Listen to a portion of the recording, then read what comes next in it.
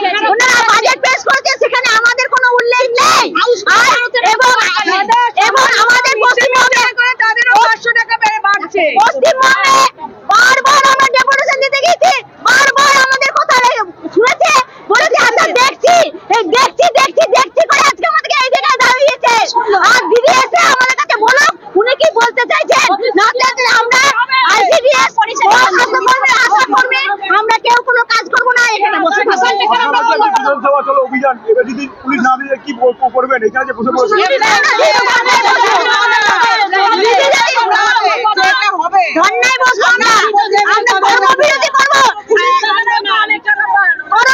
পরিস্থিতিতে খুব ভালো করে ফুল ছড়িয়ে মোদী সরকার বললেন আমাদের ফুল দিলেন যে আশা কর্মী হলেন যোদ্ধা আর যোদ্ধাদের কথা যখন তাদের পেট নাই তাদের ছেলে মেয়েরা নেই যোদ্ধা ফুল দিলেন যখন বাজেট পেশ করলেন তখন কি দিলেন শূন্য অঙ্ক বসিয়ে দিলেন এর জন্য আমরা দুই বাজেটকে ধিক্কার জানাই আমরা 45 টাকা এখানে আছে আমাদের এই ধর্মে আমাদের এই অবরোধের জায়গাতে আমরা দাবি করছি চন্দ্রিমা ভট্টাচার্যকে এখানে আসতে হবে